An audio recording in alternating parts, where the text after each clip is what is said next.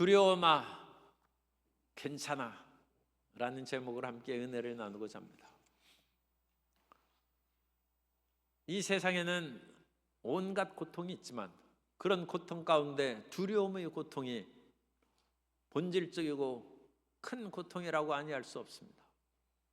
사람들이 수많은 죄를 짓는데 그 죄 중에서 원죄의 죄가 있습니다. 그것은 하나님을 반역하는 죄입니다. 그리고 하나님을 반역함으로 말미암아 인생의 주인이 자기가 되어서 자기 마음대로 살아가는 것이 자범죄입니다. 그런데 아담과 하와가 제일 먼저 하나님을 반역하는 선악을 알게 하는 나무의 열매를 먹고 그 죄의 결과로 다가온 것이 두려움입니다.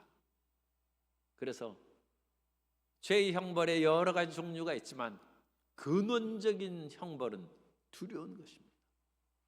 그러나 예수 그리스도로 말미암아 우리의 원죄를 속량하시고 하나님의 자녀로 삼으신 주님께서 우리의 근원적인 두려움도 해결해 주셔서 마음의 평안과 기쁨과 승리의 은혜를 나누어 주신 줄 믿습니다. 오늘 두려움을 극복하고 하나님의 은총 가운데 들어가도록 함께 말씀을 나누고자 합니다. 첫째로 인간에게 있는 두려움은 내적인 두려움입니다. 우리 마음에 있는 두려움. 우리 마음에 있는 두려움 가운데 떨리는 두려움이 홀로 있는 두려움입니다. 인간의 고독의 두려움은 말할 수 없이 상처를 줍니다. 현대인은 고독의 존재라고 얘기하는 것처럼 세상에 수없이 많은 사람이 있지만 우리가 마음을 터놓을 사람도 없고 쓸쓸하고 고독감 가운데 몸부림치는 것입니다. 더군다나 나이가 들어서 고독으로 말미암아 괴로움이 커집니다. 사랑하는 가족들이 멀리 떠나가고 사랑하는 배우자들이 떠나가서 혼자 있을 때 그 노인의 고독은 말할 수 없는 것입니다. 그래서 이 노인의 고독을 위해서 노인 복지사가 있고 여러 가지 시골에서도 가끔씩 일주일에 몇 번씩 찾아가서 잘 사시는지 아프지는 않는지 살펴보고 대화도 나오고 위로도 하는 그런 일들이 있습니다. 그래서 이 노인 복지사들이 정말로 99% 일을 잘 하고 있습니다. 그런데 가끔 엉뚱한 일이 생기고 있는데 추석이 지난 후에 어떤 노인 복지사가 큰맘 먹고 사과를 깎아가지고 그 홀로 사는 할머니를 찾아가서 드시라고 했더니 할머니가 웬일인지 안 드신다. 그러자 그 복지사가 농담하는 것처럼 어린아기 마치 밥 안 먹으면 왜 밥 안 먹어? 밥 안 먹으면 맞아. 그런 식으로 아이들에게 또 겁을 주어서 밥을 먹게 하는 것처럼 왜 안 드셔? 맞아야 먹겠어? 그런데 그 말을 듣고 할머니가 두려움이 덜컥 들었어요. 두려움과 고독을 없애기 위해서 찾아온 사람이 두려움을 준 거예요.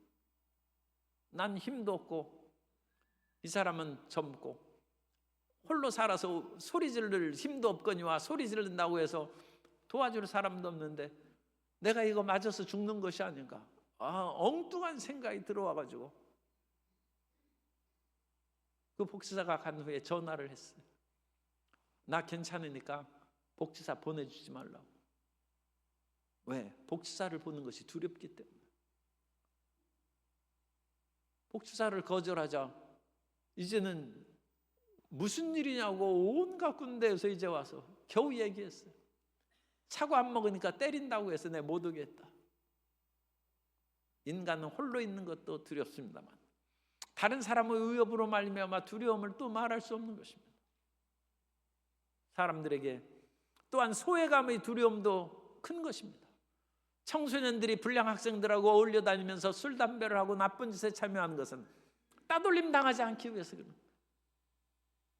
왕따 당하고 너는 이제 우리 친구 무리에서 너는 떠나가라. 그 소리 듣기 싫어가지고 일부러 잘못된 길을 알면서도 그 길로 걸어가는 것입니다. 일본에서 잠시 있을 때 그런 시골에 있는 어떤 우리 크리스찬들의 고통을 들었어요.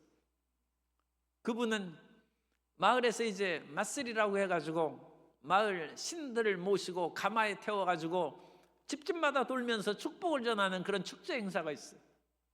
그런데 그 축제 행사를 할 때는 돈을 집집마다 걷습니다.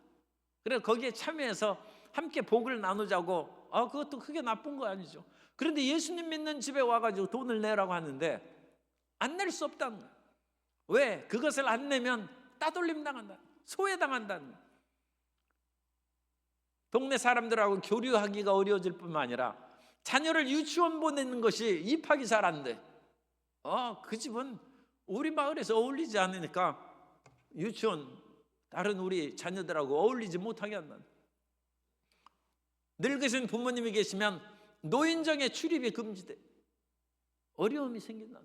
그래서 예수님 믿는 사람이 그와 같이 우상을 섬기고 거기에 돈을 내어서 만들고 그러는 일에 할 수 없이 돈을 낸다는 것을, 그 고통을 얘기하는 것을 제가 들었습니다.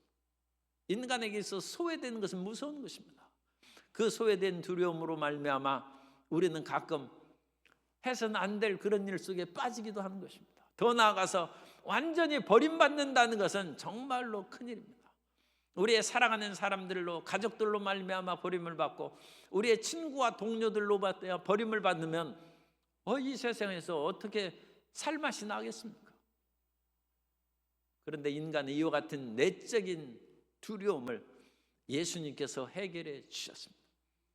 예수님께서는 모든 사람이 버림받을까 두려워하는 그것을 아시고 예수님이 그 두려움을 대신 짊어지시고 하나님 아버지로부터 버림을 받으셨어요. 예수님께서 십자가에 달리사 엘리 라마 사박다니, 나의 하나님 나의 하나님 어찌하여 나를 버리셨나이까. 예수님이 하나님 아버지로부터 버림을 당하신 것은 우리가 버림당할 것을 대신 버림당하심으로 우리가 하나님의 사랑 안에서 영원토록 살게 하신 은혜인 줄로 믿습니다. 그러므로 이제는 하나님 안에서 우리가 버림받을 그런 두려움이 없고, 이 세상보다 크신 하나님께 버림받지 않는다면 온 세상 날 버려도 주 예수 안 버리기 때문에 마음의 두려움이 없어지고 평안함을 갖게 될 줄로 믿습니다. 버림받을 두려움이 떠나고 담대함과 평안함이 있게 되시기를 주님 이름으로 축복합니다. 성경은 말씀하시기를 주님께서는 결코 어떠한 일이 있어도 우리를 잊지 않으신다고 이사야 49장 15절 이하에서 말씀합니다. 여인이 어찌 그 젖 먹는 자식을 잊겠으며 자기 태에서 난 아들을 긍휼히 여기지 않겠느냐. 그들은 혹시 잊을지라도 나는 너를 잊지 아니할 것이라. 내가 너를 내 손바닥에 새겼고 나의 성벽이 항상 내 앞에 있나니.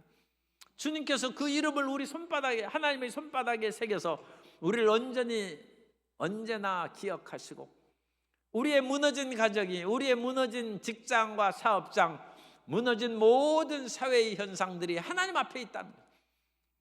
우리의 어려운 상황을 주님께서 잊지 아니하시고 돌보시고 회복해 주실 줄 믿습니다. 그러므로 우리는 예수 안에서 담대한 마음을 가져야 돼요.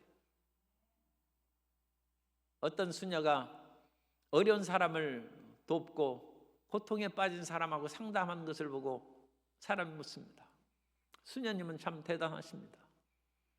혼자 사시면서 남편 자식도 없고 얼마나 외롭고 괴로울 텐데 이런 어려운 사람들의 고통을 들어주고 그들을 돌보니까 그 마음의 중압감이 얼마나 크겠습니까? 그러자 그 수녀님이 웃으면서 얘기합니다. 우리는 고독에 괴로워하지 않습니다. 우리는 매일 하루에 1시간씩 2시간씩 또 그 이상으로 하나님과 대화를 합니다. 그래서 하나님과 대화하면서 나의 모든 외로움과 슬픔이 다 사라지고 주님께서 내 마음 가운데 충만히 임하여서 그 기쁨으로 우리가 이와 같이 어렵고 외로운 사람들을 돌보는 봉사를 하는 것입니다. 하나님께서 힘을 주심으로 우리는 고독하지 않는다고 얘기를 했습니다. 주님께서는 참으로 우리에게 힘과 능력을 주셔서 외롭지 않고 소외감 당하지 않도록 우리 모든 길을 이끌어 주시고 버림당하는 괴로움이 없도록 주님의 사랑 안에 거하게 하신 줄 믿습니다. 그러므로 성경은 말씀합니다. 요한 1서 4장 18절에 사랑 안에 두려움이 없고 온전한 사랑이 두려움을 내쫓나니 두려움에는 형벌이 있음이라. 두려워하는 자는 사랑 안에서 온전히 이루지 못하였느니라. 소설에 가끔 그런 얘기가 나와요. 아주 부잣집 딸이 사랑하는 남자를 만났는데 그 둘이 그냥 집에서 결혼을 반대해도 도망가서 산다는 거예요. 아니, 당신은 물에 손 안 묻히고 살아가는 그런 부잣집 딸인데 어찌 살려고 그럽니까? 나는 사랑하는 사람이 있기 때문에 두렵지 않다는 거예요. 사랑 안 하는 사람은 두려움이 생겨서 소설 이야기입니다. 집 못 나갑니다. 집 나가라고 하는 것이 아니죠. 그러니까 못 나가는 거예요. 그러나 사랑 안에 온전히 거하는 사람은 두려움이 없어요. 예수님을 온전히 사랑하는 성도 여러분 되시기를 주님 이름으로 축복합니다. 혹시라도 마음 가운데 고독의 두려움이 있고 소외감의 두려움이 있고 버림받을 두려움이 있다면 예수님을 온전히 사랑하는 성도 여러분 되시기를 주님 이름으로 축복합니다. 예수의 온전한 사랑 안에 두려움이 없다는 것입니다. 온전한 사랑은 두려움을 내쫓는다는 것입니다. 예수님만 있으면 우리는 이 세상에서 강하고 담대하게 살아갈 수 있습니다. 그러한 내적인 충만함과 내적인 강인함이 우리 모든 성도님의 심령에 임하게 되시기를 예수님 이름으로 축복합니다. 두 번째로 우리 가운데 다가오는 두려움은 외적인 두려움이에요. 외부에서 다가오는 그런 두려움이 있어요. 마음은 평안한데 어느 날 갑자기 다리가 아프기 시작해요. 이거 다리가 관절염에 걸렸나? 건강으로 말미암아 두려움이 다가오는 것입니다. 가슴이 답답하면 이거 내가 심장병에 걸렸나? 또는 폐에 이상이 생겼나? 폐암인가? 가벼운 이상만 들어와도 사람들은 건강에 대해서 두려움과 걱정을 가질 수 있어요. 그런데 우리 예수님 믿는 사람들은 이런 건강의 문제에 대해서 예수님께 아뢰를 수 있습니다. 예수님은 사역 가운데 그야말로 하나님 나라를 전파하고 가르치며 병든 자를 고치는 것이 중요한 사역이었어요. 예수님께서는 가는 곳곳마다 병자들을 치료하셨습니다. 참 놀라운 일이죠. 영의 세계에서 오신 예수님께서 세상에 아프고 먹고 마시고 하는 그런 문제는 전혀 초연해서 신경을 안 쓸 것 같은데 그렇지 않습니다. 수많은 사람들이 예수님이 가는 곳마다 각색병자를 데리고 오면 예수님께서는 그들을 꾸짖지 아니하시고 일일이 치료해 주셨습니다. 뿐만 아니라 예수님께서는 12제자와 70명의 제자들에게 복음을 전파하러 보내면서 너희 앞에 아픈 사람 있으면 다 고치라고 했습니다. 주님께서 12제자와 70인의 직계 제자들만 그와 같은 치료의 능력을 주신 것이 아닙니다. 예수님께서 부활하시고 승천하기 직전에 너희는 온 천하에 다니면서 만민에게 복음을 전파하라 하시면서 그때 믿는 자들에겐 이런 표적이 따르니 저희가 내 이름으로 귀신을 쫓아내고 새 방언을 말하고 뱀을 집어올리며 무슨 독을 마실지라도 해를 입지 아니하고 병든 사람에게 손을 얹은즉 나으리라. 주님께서는 사도들에게만 치유의 일을 명령하신 것이 아니라 예수님 믿는 모든 사람들에게 따르는 표적을 주셔서 우리가 치료를 위하여 기도하고 또한 치료받기를 원하신 것입니다. 그러므로 질병에 대한 두려움이 다가올 때 예수님의 은혜를 힘입어서 두려움을 쫓아내고 치료의 역사를 체험하게 되시기를 예수님 이름으로 축원합니다. 또한 외부에서 다가오는 큰 두려움이 직장의 두려움이에요. 이 직장에서 내가 승진할 수 있을까? 회사가 갑자기 망하거나 나라가 어지러워지지 않을까? 그러면 회사가 월급도 못 주고 어려움에 빠질 텐데 그러면 자녀들을 돌봐야 되고 노후 대책도 마련하고 그래야 되는데 내가 어찌 살아갈까? 그런데 오늘 3부 찬양대에서 아주 적절한 찬양을 드렸어요. 무엇을 먹을까 마실까 걱정하지 말라는. 왜? 주님께서 우리의 모든 의식주 문제를 해결해 주신다는 것입니다. 마태복음 10장 29절 마태복음 6장 31절 이하에 보면 6장 31절 이하에 그러므로 염려하여 이르기를 무엇을 먹을까 무엇을 마실까 무엇을 입을까 하지 말라. 이는 다 이방인들이 구하는 것이라. 너희 하늘 아버지께서 이 모든 것이 너희에게 있어야 할 줄을 아시느니라. 그런즉 너희는 먼저 그의 나라와 그의 의를 구하라. 그리하면 이 모든 것을 너희에게 더하시리라. 아무것도 안 하고 게으른 사람에게 주신다는 말씀이 아니라 하나님의 나라와 의를 위하여 새벽부터 나와서 교회에서 봉사하고 섬기고, 또 찬양대에서 섬기고, 남녀 선교에서 섬기고, 온갖 일을 행함으로써 우리의 의식주와 직장의 문제에 어떤 그런 지장을 초래할 수도 있어요. 그럴 때 하나님이 책임지신다. 먼저 그 나라와 의, 하나님의 나라와 의를 구하였은즉 하나님께서도 우리의 일용할 양식을 위하여 일하시고 도와주실 줄 믿습니다. 그러므로 직장과 노후 대책에 대해서 걱정하지 말고 그럴 때마다 더 하나님의 일에 힘쓰고 기도하고 열심으로 살아가는 성도 여러분 되시기를 예수님 이름으로 축복합니다. 또한 이 세상에 여러 가지 불안 요소가 있어요. 전쟁에 대한 불안도 있습니다. 우크라이나와 러시아의 전쟁이 장기간에 계속되고, 또 우크라이나에서 러시아 본토에 미사일을 쏴서 공격하자 이러다가 정말 세계 제3차 세계대전이 일어난 것이 아닌가, 그런 일말의 두려움이 생길 수 있어요. 더구나 북쪽에 있는 군대들이 그쪽에 많이 갔는데 이러다가는 우리가 또 우리의 군사 무기와 그런 것들로 인하여 서로 충돌하고 여러 가지 분쟁의 일이 생기지 않을까. 사회 불안 요소가 있습니다. 그러나 우리 개개인의 생사화복뿐만 아니라 우리 개개인의 운명뿐만 아니라 나라의 흥망성쇠, 세계의 대전쟁 같은 것은 하나님이 주관하십니다. 그러므로 하나님 안에서 평안함을 얻고 두려움을 떨쳐버리게 되시기를 주님 이름으로 축복합니다. 마태복음 10장 29절 이하에 참새 2마리가 한 아사리온에 팔리는 것이 팔리지 않느냐? 그러나 너희 아버지께서 허락하지 아니하시면 그 하나도 땅에 떨어지지 아니하리라. 너희에게는 머리털까지 다 세신 바 되었나니 두려워하지 말라. 너희는 많은 참새보다 귀하니라.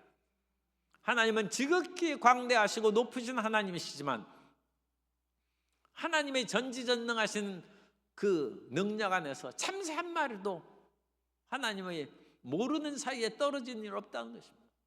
우리의 머리털이 아무리 많다 할지라도 그 머리털까지 다 하나님이 헤아리신 바 되었다는 것입니다.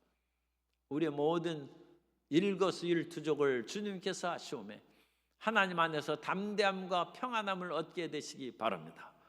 주님께서는 우리를 능히 구원하시고 건지실 수 있습니다. 우리를 늪 속에서 건지사 우리를 세워주시고 우리를 잿더미에서 일으키사 귀족과 함께 자리에 앉게 하여 주옵시고 죽은 자를 살리시고 없는 것을 있는 것 같이 부르시는 은혜를 내려 주십니다. 그러므로 외부에서 다가오는 그런 모든 두려움이 있을 때 하나님 앞에 주님께서는 우리의 질병을 치료하셨고 주님께서는 우리의 직장의 모든 의식주 문제를 주관하시고 관할하시고 세계의 전쟁과 사회의 모든 평화를 하나님께서 아시오매 주님을 의지합니다. 내 마음의 두려움은 떠나갈지어다. 평안이 있을지어다. 하나님 안에서 담대함을 갖고 살아가게 되시기를 바랍니다. 끝으로 하나님께서는 우리에게 근원적인 두려움에서 우리를 해방시켜 주십니다. 인간에게는 근원적인 두려움이 있어요. 이 근원적인 두려움은 우리가 항상 대낮에 살지 않는다는 것입니다. 햇빛이 찬란하게 비치다가 해가 기울어 가는 거예요. 그건 두려움이에요. 고대 세계에서 사람들은 해가 지면 곧바로 집에 들어가서 잤습니다. 오늘날처럼 밤을 불야성처럼 켜놓고 활동하는 시대가 아니에요.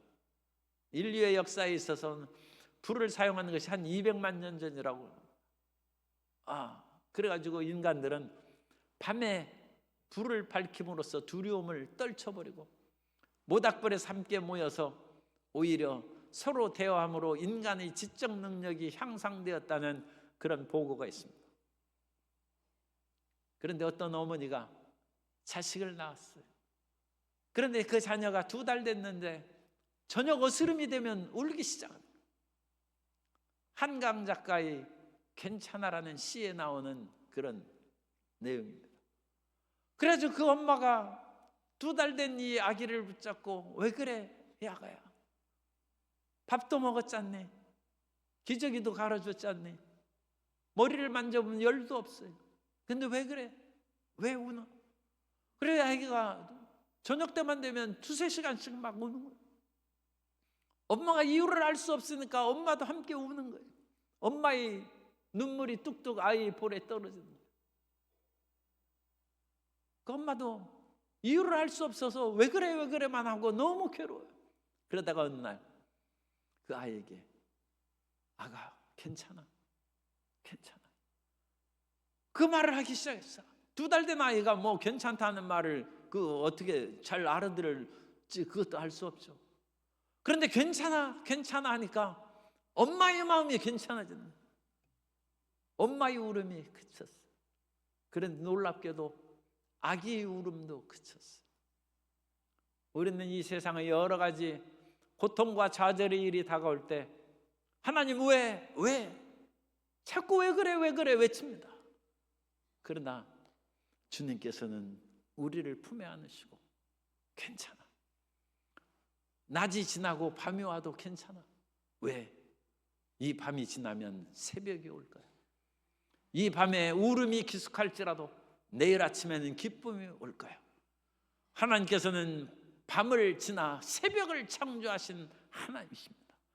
하나님께서는 굳은 일에서 우리에게 새로운 생명의 길로 창조하신 하나님이시니 예수 안에서 괜찮습니다. 따라서세요. 예수 안에서 괜찮습니다. 내 영혼아 두려워 마라. 예수 안에서 괜찮다. 괜찮아. 괜찮아. 스스로 영혼에 말해서 괜찮아. 두려워 마. 괜찮아. 한강 작가의 괜찮아 시 후반부를 읽어드립니다. 괜찮아, 괜찮아, 이제 괜찮아. 거짓말처럼 아이의 울음이 그치진 않았지만 누그러진 건 오히려 내 울음이었지만 다만 우연의 일치였겠지만 며칠 뒤부터 아이는 저녁 울음을 멈췄다.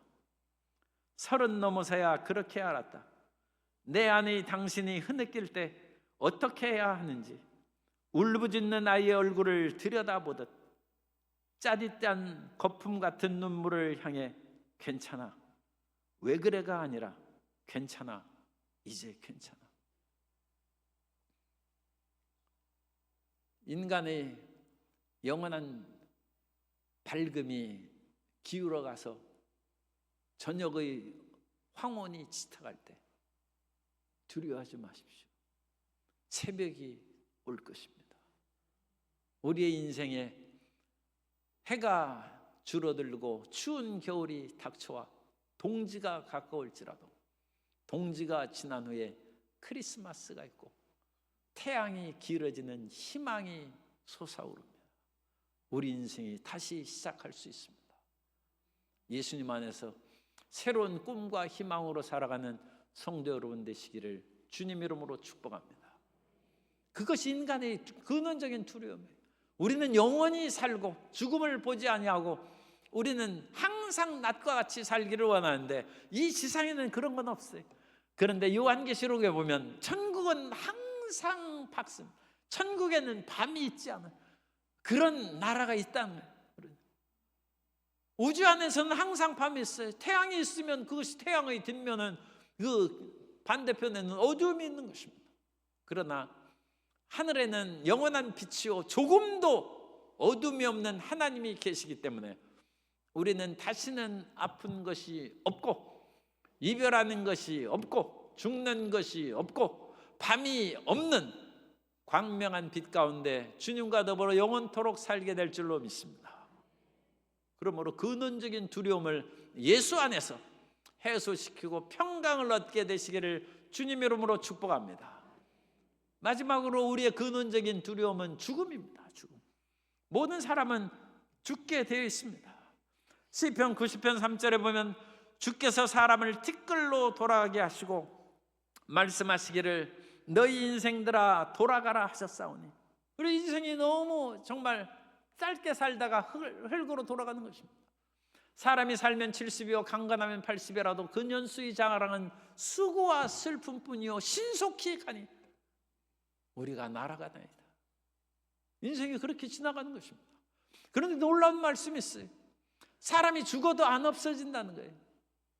이전에는 이 말씀을 심판에 집중해서 제가 읽었습니다만 요즘에는 그렇게 읽지 않습니다. 히브리서 9장 27절을 한 번 죽는 것은 사람에게 정해진 것이요 그 후에는 심판이 있으리니. 안 믿는 사람에게는 두려운 말씀으로, 심판의 말씀으로 들리는데, 우리 예수님 믿는 사람, 이제 저는 이 말씀을 그렇게 읽지 않습니다. 한 번 죽는 것은 정한 이치지만 그 뒤에는 영원한 삶이 있다. 왜 심판을 받으려면 사람이 없어지면 심판 받을 수 있겠습니까? 사람은 죽어서 없어지지 않습니다. 안 믿는 사람은 심판의 부활로 나타날 것이고, 믿는 사람은 영생의 부활로 다시 살아나게 될 것입니다. 그래서 한 번 죽는 것은, 흙에서 나온 것은 흙으로 돌아가는 것입니다. 이 세상의 모든 물질은 영원한 것이 없습니다. 모든 아무리 좋은 집이나 가구도 10년이 지나고 50년이 지나면 그 아파트 재건축하지 않습니까? 모든 것이 낡아지는 것입니다. 그러나 물질적인 것은 낡아지고 사라질지라도 우리의 영은 성령으로 말미암아 날로 새로워진 줄 믿습니다. 그러므로 우리가 성령으로 거듭나면 죽음을 이기고 영원한 하나님의 나라에서 거하게 된 줄 믿습니다. 요한복음 14장 1절 이하에 보면 너희는 마음에 근심하지 말라. 하나님을 믿으니 또 나를 믿으라. 내 아버지 집에 거할 곳이 많도다. 그렇지 않으면 너희에게 일렀으리라. 내가 너희를 위하여 거처를 예비하러 가노니 가서 너희를 위하여 거처를 예비하면 내가 다시 와서 너희를 내게로 영접하여 나 있는 곳에 너희도 있게 하리라. 주님께서는 영원한 나라에 살 집을 우리에게 예비해 주셨습니다. 시골에서 오셔서 광주에 아파트 없는 분 너무 걱정하지 마세요. 서울로 자녀 유학 보냈는데 서울에 집이 없어서 걱정하지 마세요. 우리는 광주보다 더 좋은 아파트, 서울보다 더 좋은 아파트, 천국에 우리 집이 있는 줄 믿습니다. 예수님이 마련해 주신 집이 있으니까 그것만 바라보고 담대하게, 우리가 꼭 그 집에 지금 안 살아도 우리 소유, 우리 집으로 하나님이 주셨으니까 우리 것이죠. 그러니까 담대함을 갖고 자신을 가지세요. 나는 천국에 맨션이 있다. 나는 천국에 거할 집이 있다. 예수님께서 마련해 주신 그 집, 우리 실력 있는 부모님은 우리의 부모님이 사주신 집, 그런 것처럼 예수님이 마련해 주신 집이 나에게 있으므로 내가 비록 여기에서 행인과 나그네처럼 살아갈지라도 나는 두렵지 않다. 나에게는 영원히 살 집이 있다. 그 마음으로 죽음을 이기고 세상의 모든 이사다니는 고통을 이기고 담대함과 평안함을 갖게 되시기를 예수님 이름으로 축원합니다. 그리고 우리가 이와 같은 담대한 말씀에 의해서 요한복음 14장 1절로 3절의 말씀을 우리가 마음에 믿으면서도 세상에 좋은 집 있는 사람 친구 집에 갔다 오니까 또 마음이 뒤집어져 가지고 마음이 슬퍼지고 낙심이 돼서 눈물을 흘릴 수 있어요. 그때 성령님께서 우리에게 오셔서 보증을 주십니다. 사람이 여러 가지 보증을 들지 않습니까? 건강의 보험도 들고 생명보험도 들고 온갖 것을 하는 것처럼 주님께서 우리에게 성령을 보증으로 주셨어요. 너희가 이 세상을 살아갈 때 눈에 보이고 손에 잡히는 것으로 인하여 마음이 혹시라도 흔들리거나 낙심할 수 있다는 것입니다. 그래서 주님께서는 우리를 그와 같이 버려두지 아니하시고 성령을 보내주셨습니다. 그래서 성령 충만함을 받으면 항상 담대하게 살아가게 될 줄로 믿습니다. 요한복음 14장 16절 이하에 내가 아버지께 구하겠으니 그가 또 다른 보혜사, 성령님을 말합니다. 예수님이 첫 번째 보혜사고 성령님은 또 다른 보혜사입니다. 너희에게 주사 영원토록 너희와 함께 있게 하리니 그는 진리의 영이라. 세상은 능히 그를 받지 못하나니 이는 그를 보지도 못하고 알지도 못함이라. 그러나 너희는 그를 아나니 그는 너희와 함께 거하시며 또 너희 속에 계시겠습니다. 내가 너희를 그와 같이 버려두지 아니하고 너희에게로 오리라. 주님께서 이미 성령으로 말미암아 우리와 함께 계신 줄 믿습니다. 따라서세요. 예수님 믿는 나에게 성령님이 거하십니다. 성령님은 나의 보증이십니다. 나는 두려움이 없습니다. 하나님이 내 안에 거하시는 보증이 되신다. 베드로가 갈릴리 어부로서 잔뼈가 굵고 몸집도 좀 큰 것처럼 우리가 그렇게 생각할 수 있어요. 그 신체 모습에 대해서는 성경에 묘사가 안 됐으니까 우리가 알 수 없죠. 그러나 좀 키도 크고 힘도 세고 좀 우락부락할 것 같은데 마음은 굉장히 여려요. 그래가지고 베드로가 예수님이 잡히시는 날에 대제사장의 집으로 갔는데 대제사장이 물은 것도 아니고, 대제사장은 그래도 위엄과 권세가 있죠. 그러니까 떨려서 거짓말할 수도 있는데, 그것도 아니라 대제사장 집의 하인이 얘기하는데도 이 베드로가 그냥 떨면서 난 예수님 모른다는 것을 3번이나 부인한. 참 허약하기 그지없는 우리 인생하고 마찬가지예요. 그런데 그런 베드로가 변할 수 있다는 거예요. 어떻게 변할 수 있습니까? 성령을 받으면 변한다는 거예요. 사도행전 2장에 베드로를 비롯해서 120명의 제자들이 열심히 기도하고, 성령 받으려면 열심히 기도해야 됩니다. 열흘간 기도할 때 성령이 임하시고, 베드로가 성령 충만함을 받자 성령을 받으면 너희가 권능을 얻고, 베드로가 권능이 생겼어요. 그래가지고 성전 미문에 앉는 나면서부터 걷지 못한 사람을 일으켰어요. 그런데 그것으로 인하여 이 성전 안이 시끄러워지자 베드로와 요한이 붙잡혔어요. 그래서 사정을 알아보니까 베드로와 요한이 이 걷지 못한 사람을 걷게 했다는 거예요. 그런데 이 걷게 한 것까지는 좋은데 대제사장들과 사두개인들이 싫어한 까닭은 자기들이 못 박아 죽인 예수 이름으로 치료받았다는 거예요. 그러자 이 대제사장들과 유대교의 지도자들이 베드로와 요한을 위협합니다. 제사장의 하인에게도 떨던 베드로와 대제사장과 수많은 지도자들이 두 사람을 위협하는데 얼마나 떨리겠어요. 그런데 베드로가 전혀 떨지 않습니다. 사도행전 4장 18절 이하에 보면 그들을 불러 경고하여 도무지 예수의 이름으로 말하지도 말고 가르치지도 말라 하니, 베드로와 요한이 대답하여 이르되 하나님 앞에서 너희의 말을 듣는 것이 하나님의 말씀을 듣는 것보다 옳은가 판단하라. 우리는 보고 들은 것을 말하지 아니할 수 없다 하니, 베드로가 담대하게 우리는 끝까지 예수님 증거할 것이다. 그 자리에서 대제사장의 말을 반박하면서 그리스도 예수의 하나님이신 것을 증언한 것입니다. 오늘 성령의 충만을 받으면 세상이 두렵지 않습니다.